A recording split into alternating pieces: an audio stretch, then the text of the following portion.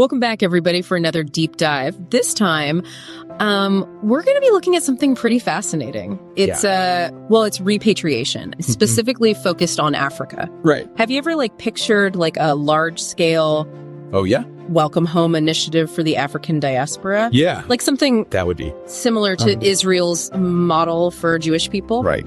So we've got this source material today that we're going to be diving into, and it really digs into this idea. Okay. It kind of compares Israel's successes with Africa's current approach, which is a little less unified. Mm-hmm. So we're going to untangle some big concepts here. Okay. Like an African right of return, creative funding models, and even the potential impact of intermarriage between diaspora and continental Africans. That's a big one. Yeah. Yeah.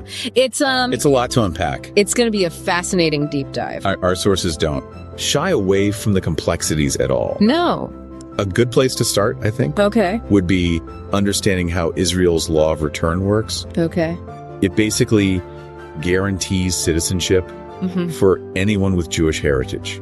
So someone with a Jewish grandparent?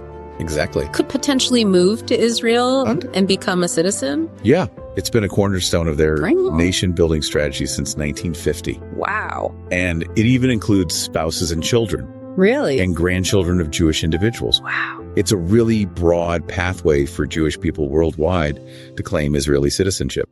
So that's a pretty stark contrast to the situation in Africa. Yeah. Right? I know some countries have made efforts to welcome diaspora communities. Right. But it's more of a patchwork system. It is more fragmented. Yeah. There's no continent-wide policy. Right. For example, Ghana has a right of abode. Yeah, okay. And that allows people of African descent to live there indefinitely. But it doesn't automatically grant them citizenship. Okay. Then you have Sierra Leone. Okay. And they have this unique DNA-based citizenship initiative. Oh, wow. Where they use DNA testing to connect African Americans with their ancestral roots and offer citizenship based on that connection. That sounds really complex. It can be. To actually prove that connection. Yeah, definitely. And there are also countries like South Africa with specific immigration pathways for people who supported the anti-apartheid movement. But there's no unified African policy. There isn't. Like you said. No. Comparable to Israel's law of return. No, not at all. So what would a continent-wide right of return even look like for Africa? That's the question. And what kind of impact could it have? Yeah, it's a question with... It seems almost unimaginable. Huge implications. Yeah. Imagine all the people returning to the continent. Yeah. It could strengthen the bonds between African governments and the diaspora. Right. It could even lead to more stable migration patterns. Yeah. You know, attracting skilled professionals and entrepreneurs back to Africa. Yeah. But of course, this raises a question. Oh, yeah. How do you fund such a massive How do you even begin to undertaking? Yeah. It's huge. And that's where the comparison to Israel gets interesting. Right. Because it's not just about legal recognition. Right. Yeah. Israel actively supports Jewish immigrants financially. Yeah. Our source material was highlighting all the pretty comprehensive support that they offer, like free flights. Yeah, they even help with cash grants, housing assistance, language courses, healthcare access. It's like they thought of everything. Even help with Social Security enrollment. Really? It's a lot. This level of investment really eases the transition. I bet. For those returning. And it shows a commitment to their success. Right. And that's something that many African nations struggle to replicate. Right. They have other... Because they've got economic challenges. That make it... That make large-scale repatriation seem almost impossible. The source material really drives home that contrast in resources. It's a big one. Yeah. Many African countries. They're dealing with underfunded programs. They're grappling with all these things. Corruption. And debt burdens. Yeah. Which makes something this ambitious really difficult to envision. Right. Yeah. So our source material goes beyond that, though. Yes, it does. It just doesn't highlight the problem. No, it doesn't. It dives into potential solutions. It does. And it draws inspiration from Israel's model and other successful repatriation initiatives. Right. So one idea that they propose is the creation of an African diaspora investment and repatriation fund. Oh, that's interesting. So instead of relying solely on individual governments, it would be kind of this a Pan-African financial pool. Yeah. Drawing on contributions. From governments, from businesses. From wealthy individuals. Yeah. Within the diaspora. It's a really good idea. Yeah. Yeah. Pool resources and create a dedicated fund. Yeah. Specifically for supporting repatriation efforts. Exactly. That leads to another idea from the source material. Okay. It's diaspora bonds. Okay. And this seems like it could be a win-win. How so? People invest in African infrastructure or businesses. They potentially earn a financial return. Right. But they're also supporting continent's growth. Gotcha. And it goes even further. Okay. Some of these bonds could be linked to citizenship. Pathways to African citizenship. That's a good incentive. So it's offering this powerful incentive for investment. Right. And a tangible connection to the continent. Interesting. So this approach has already been successful. In countries like Israel and India. So there is precedent for this. Yeah. Okay. So it sounds like these bonds could tap into a vast pool of resources from the diaspora. That's a good point. And our source material doesn't stop there. Oh, wow. It also proposes exploring all these other funding avenues. Gotcha. Like tax breaks for diaspora investors. Okay. The establishment of special economic zones designed to attract investment. Okay. They even suggest a Pan-African lottery. What? Where the proceeds go toward repatriation initiatives. Wow, that's creative. Yeah, they're trying to think outside the box here, right? Looking for every possible way to make this happen. Yeah. They even suggest strategic partnerships with organizations like the African Development Bank, or even collaborations with countries like China. Interesting. Who have been actively investing in Africa. So it's about finding multiple avenues. Yeah. To thinking outside the box. Get this done. Recognizing that to achieve something this ambitious, it's going to take a multifaceted approach. Yeah. And a willingness to explore unconventional solutions. But it's important to remember that repatriation isn't just about funding and legal frameworks. You're right. There's this vital cultural dimension to consider as well. There is. And our source material dives into the potential impact of intermarriage. Oh, yeah. Between diaspora and continental Africans. Right. And it paints a pretty compelling picture of this cultural fusion that could emerge. Yeah. What's really intriguing is the potential for these relationships to create entirely new hybrid blended identity. Bridging the historical divide that was created by slavery and colonization. Right. Imagine African American music and storytelling. Wow. And traditions intertwining with existing African customs. It's quite a mix. Yeah. It's exciting to think about weaving together different threads to create something even more vibrant and beautiful. Yeah. The source material suggests this blending of cultures could lead to a more unified, like a Pan-African identity. Right. Could foster this sense of shared heritage and purpose. Interesting. It's fascinating to think about the impact on future generations. Yeah. Diaspora children raised in Africa could develop this global Pan-African consciousness. It's really bridging continents and cultures. Yeah. In new ways. Like never before. Yeah. They could become leaders in their fields, driving innovation and progress. Across the continent. That would be great. It's like opening up a whole new chapter. Yeah. Not just for individuals, but for institutions and communities across Africa.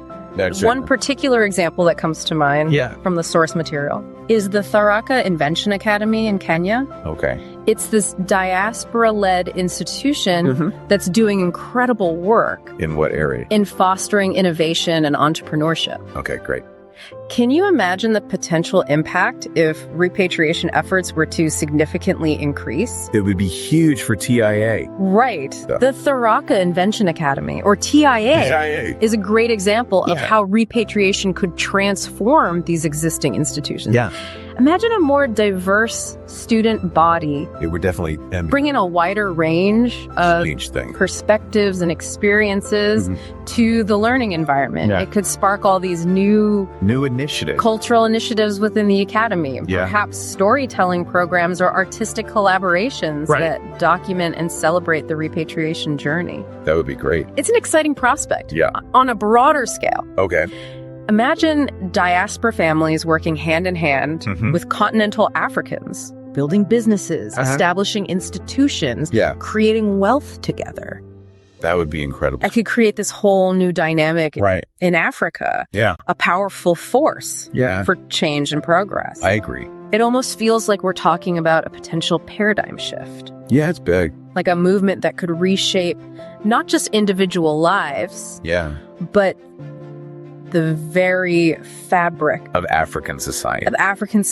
Right. But before we get too carried away... Yeah, we do need to. With the possibilities. Be realistic. It's important to acknowledge that a vision as grand as this also raises some critical questions. Of course. Like, for instance, how do we ensure that this influx of people doesn't inadvertently create new inequalities or exacerbate existing ones? That's a very good point. That's a crucial point. Yeah. How do we make sure that everyone benefits? Yeah. Both those returning and those who have always called Africa home. It's about finding a balance. Right. Making sure that repatriation is done in a way that is sustainable, equitable, and beneficial for everyone. Right, and that brings us back to the blueprint. Yeah. That's laid out in our source material, doesn't it? Yeah. It emphasizes the need for strategic planning, innovative funding models, and a commitment to creating a system that is both welcoming and sustainable.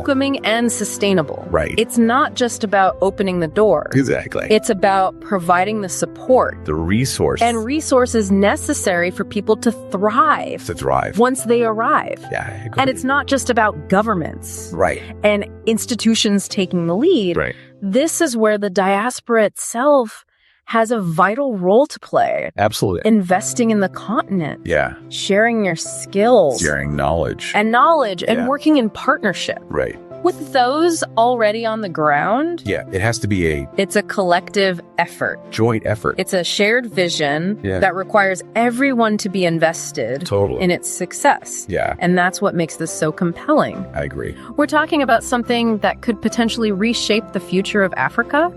Yeah. And redefine what it means to be part of the diaspora. Part of the African diaspora. Yeah. But it's not just about looking forward, is it? No. It's about acknowledging the historical context. Right. The legacy of the transatlantic slave trade. Of course. And this complex relationship between Africa and the diaspora. Yeah, it's important to acknowledge that. So it's about healing. Yeah. Building bridges. Right. And creating a future where everyone feels like they belong. Right. A sense of belonging and a shared purpose. Right. And that brings us to a really thought-provoking question. Yes. That I think is worth pondering. Okay. As we delve deeper Get me with it. into this topic. Okay. So as we kind of think about this idea of repatriation and, creating a more unified future for Africa and its diaspora, you left us with a thought-provoking question. Right. What was it again? Well, we've been exploring all the practical and cultural aspects of repatriation, but we also need to consider the historical context. Okay. So, thinking about the legacy of the transatlantic slave trade. Right. Do you think ethical responsibility has a role to play in this conversation? And if so, how?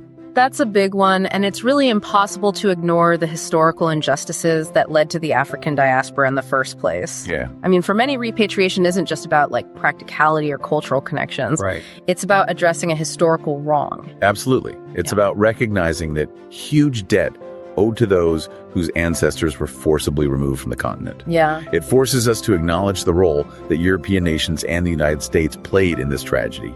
It makes you wonder how we even factor that historical debt into the conversation. Right. Does it strengthen the argument for repatriation? Right. Does it place a greater moral obligation on the countries involved in the slave trade to support these efforts? Yeah.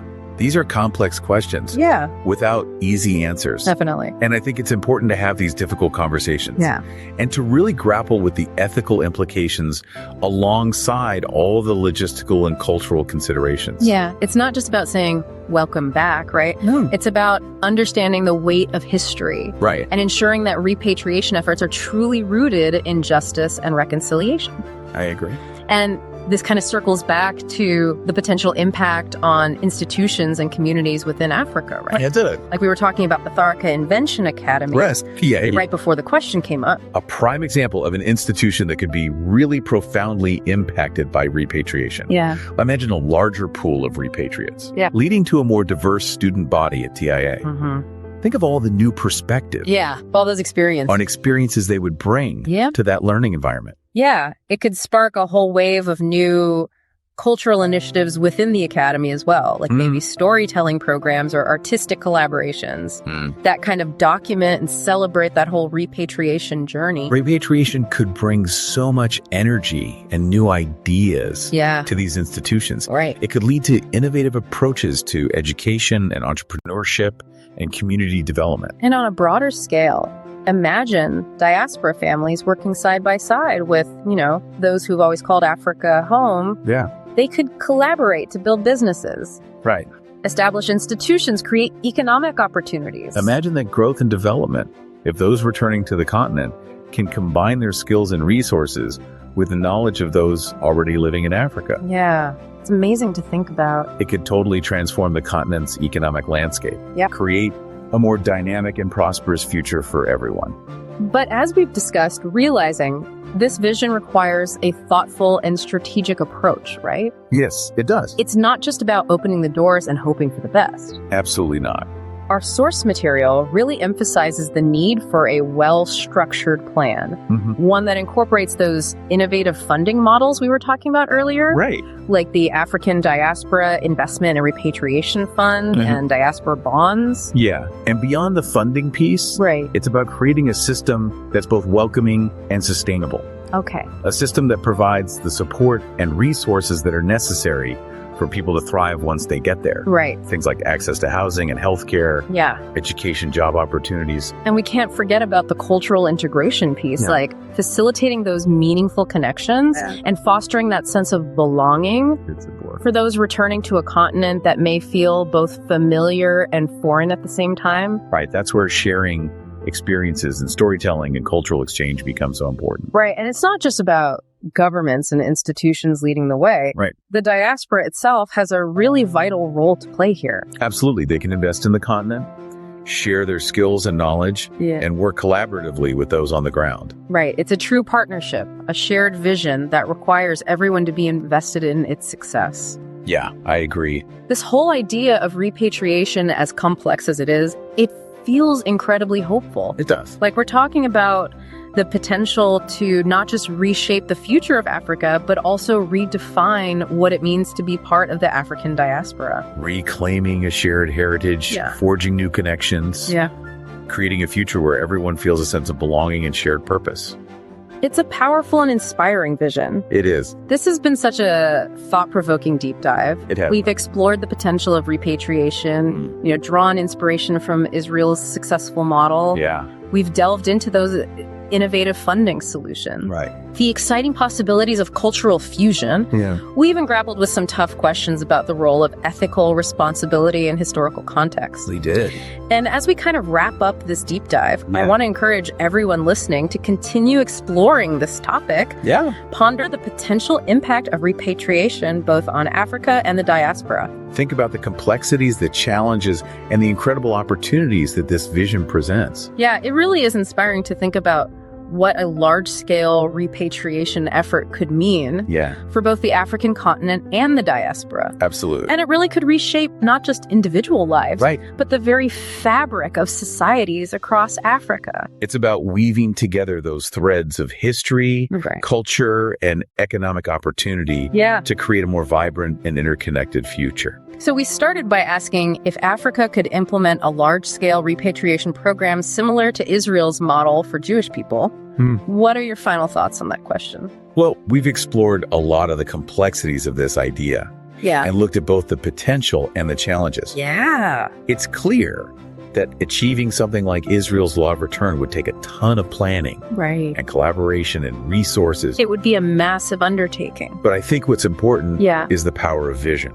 Right, like planting a seed, even if a continent-wide right of return seems really far off, just discussing it, exploring the possibilities, grappling with the ethical questions. It can spark innovation and change. Exactly. And we've seen how those creative solutions like diaspora bonds and the African Diaspora Investment and Repatriation Fund could help overcome those financial hurdles. They could really make a difference. And we've talked about the potential of cultural exchange. Absolutely. And the roles that both governments and the diaspora can play in making this happen. It's a team effort for sure. I'm left with this sense of cautious optimism. Yeah, me too. The challenges are definitely real.